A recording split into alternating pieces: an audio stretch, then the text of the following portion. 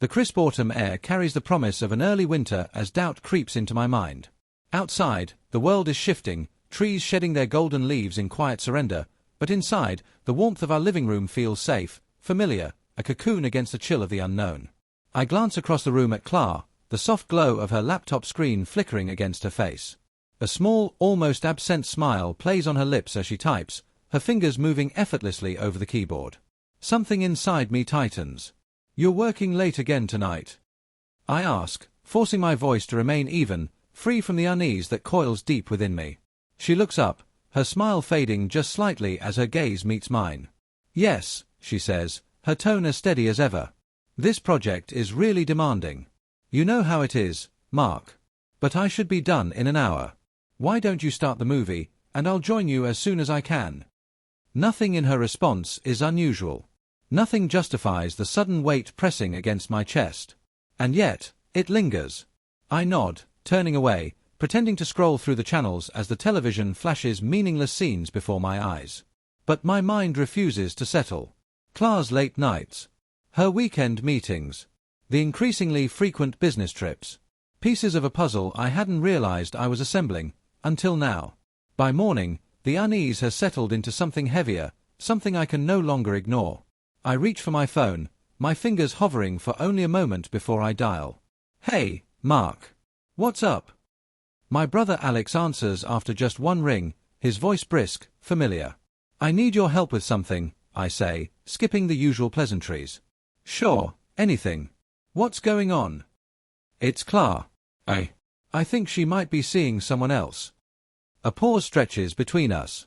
When Alex speaks again, his tone is careful. "What makes you think that?"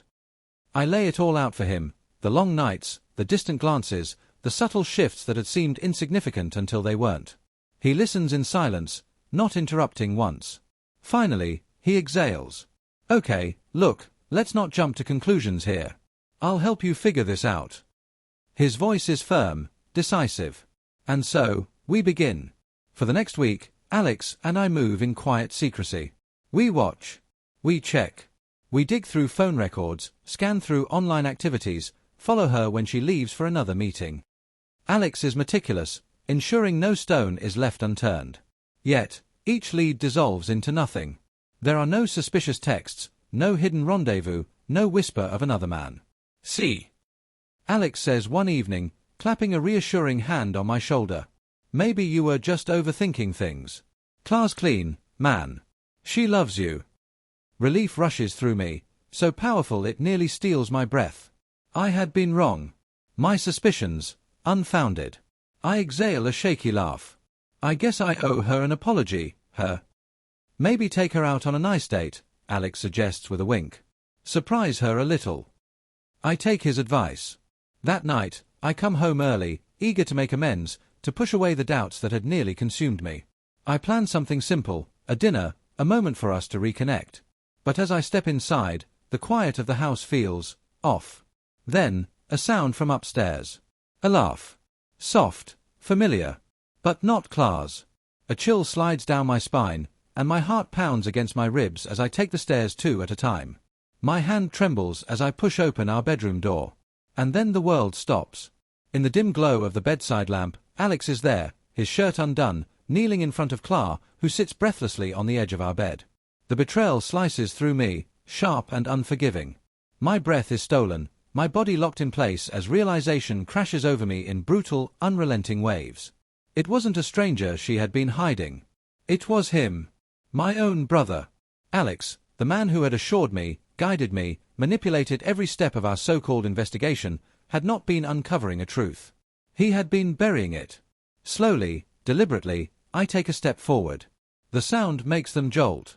Clara scrambles to her feet, her face a portrait of horror and guilt. "Mark, No. The word is ice on my tongue. I shift my gaze to Alex.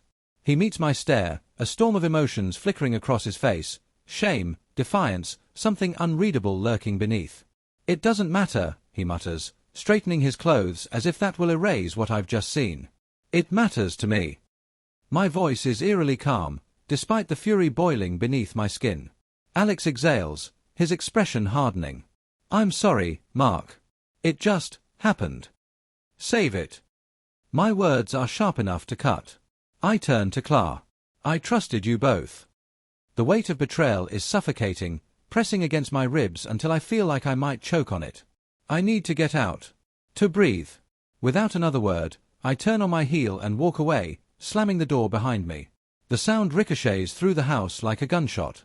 Outside, the night is cold, the autumn air biting against my skin, but it does nothing to extinguish the fire raging inside me. My phone vibrates in my pocket. Clara, no doubt, trying to explain the unexplainable. I ignore it. Instead, I dial a number I haven't used in years. The voice on the other end is gruff, familiar. Mark. It's been a while, Lucas, I say, my voice low, measured. I need your help. Lucas, an old friend from my college days, now a private investigator, doesn't hesitate. What's going on? I'll explain when I get there. Can we meet? Of course. My office. Come now. The drive is a blur, my mind an endless loop of what I saw, what I now know. When I arrive, Lucas is waiting outside, his sharp eyes scanning me with quiet concern.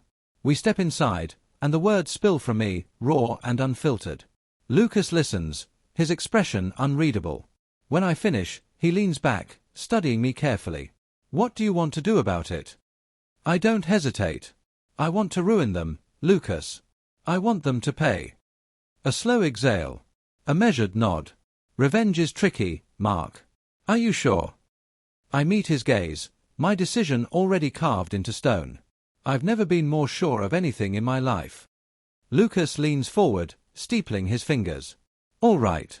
But we need to be smart about this. We'll start by gathering more evidence. Let's see if they've been more careless than you know.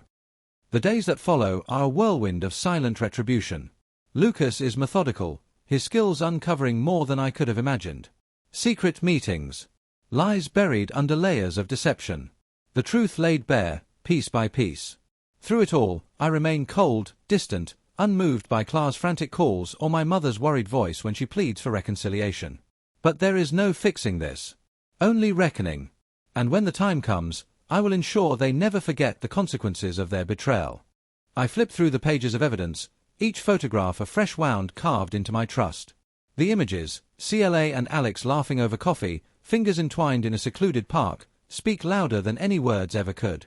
They had been reckless in their deception, too lost in their betrayal to notice the watchful eye capturing their every move. My grip tightens around the folder as I exhale slowly, steadying the storm inside me.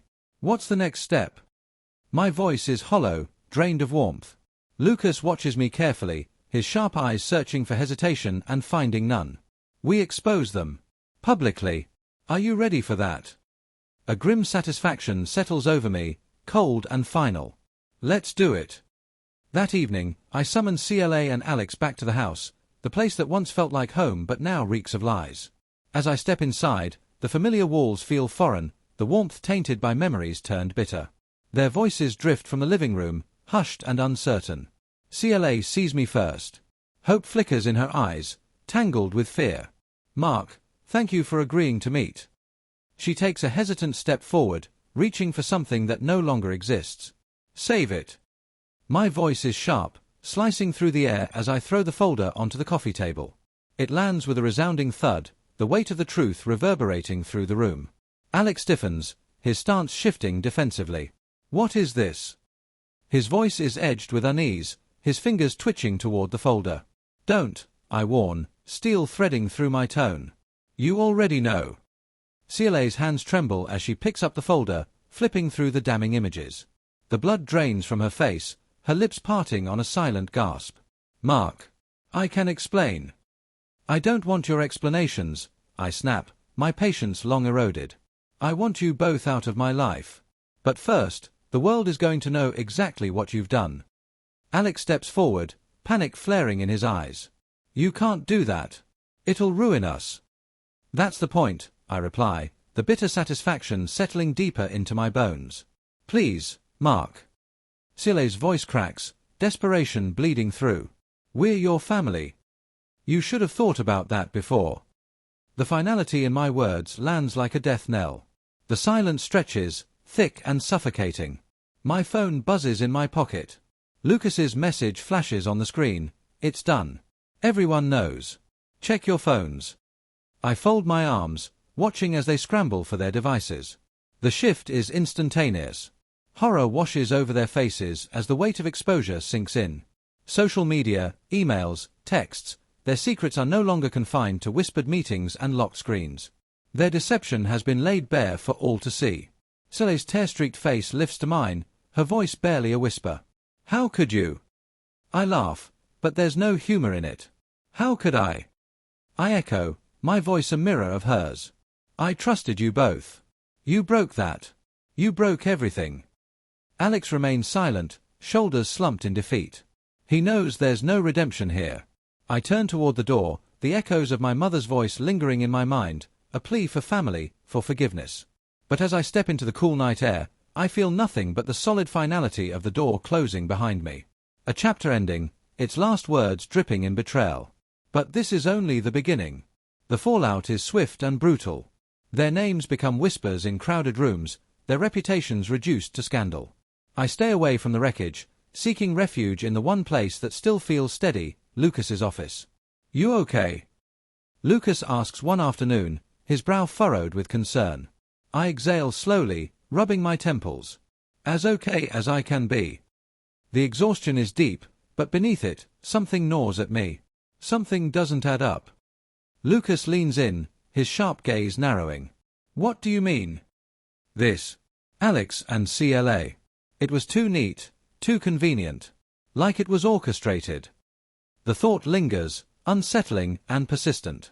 I want to dig deeper. Lucas nods, understanding flickering in his expression. All right. Let's go back through everything. See what we missed. Days blur together as we comb through the evidence, dissecting every message, every timestamp, every shadow of doubt. It's a quiet night when Lucas suddenly stops, his jaw tightening. Mark. Look at this. He points to a series of messages, between Alex and someone listed only as M. Who the hell is M? I murmur, my pulse quickening. I don't know, but the tone is different, Lucas says, scrolling through the messages. This isn't just casual. It's intimate. This relationship is deeper than what we saw with CLA. A strange sense of unease settles over me. We need to find out who this is. Lucas moves quickly, pulling strings, calling in favors. The truth, when it finally surfaces, hits like a wrecking ball. Mark. His voice is heavy as he hands me a dossier. You need to see this. My eyes fall to the name stamped on the cover. Maggie. My breath catches. Maggie, my first love. A name I hadn't spoken in years. What does she have to do with this? I ask, flipping through the pages. Lucas's voice is measured but firm. She's been in contact with Alex for years. Manipulating things. Pushing you and CLA apart. Orchestrating everything from the shadows. A sick realization churns in my gut. Why? Lucas hesitates before answering. It looks like she never got over you, Mark. This was her twisted way of getting back at you. The words land like a physical blow. I had spent months unraveling a betrayal I thought I understood, only to discover I had been looking in the wrong place. We need to confront her. My voice is steady, but my hands clench into fists. We find Maggie in a quiet cafe on the outskirts of town. As we step inside, her gaze lifts, and the surprise in her eyes morphs into something unreadable. Mark, she breathes, standing slowly. I didn't expect to see you here. I sit across from her, my voice cold and direct. Why? She looks down, fingers tracing the rim of her coffee cup. I never stopped loving you, she admits, her voice fragile. When you left, it destroyed me. I wanted you to feel the same pain. I shake my head in disbelief. So you tore apart my marriage? My family? It wasn't just revenge. Her eyes shimmer with unshed tears. I thought, if I could make you see that CLA wasn't right for you, maybe. She trails off, the weight of her actions pressing down on her. A bitter laugh escapes me. That's insane, Maggie. Her lips quiver. I didn't mean for it to go this far. I stare at the woman I once loved, seeing only a stranger now. You need help, Maggie. But you were right about one thing, this ends now. I walk away, leaving her alone with the wreckage she created. When I return home, CLA and Alex are waiting. Their faces are etched with guilt, fear, and something else, understanding. I know the truth, I say, my voice unwavering. Maggie played you both like pawns. CLA sobs quietly. Alex looks away. I'm filing for divorce, I continue. And Alex, you are no longer my brother. There is nothing left to say. Months pass. The wounds remain, but I begin to rebuild. Lucas stands by me, a constant reminder that true friends exist. And as I sit on my porch, watching the sun dip below the horizon, I realize something. The storm is over. And I survived.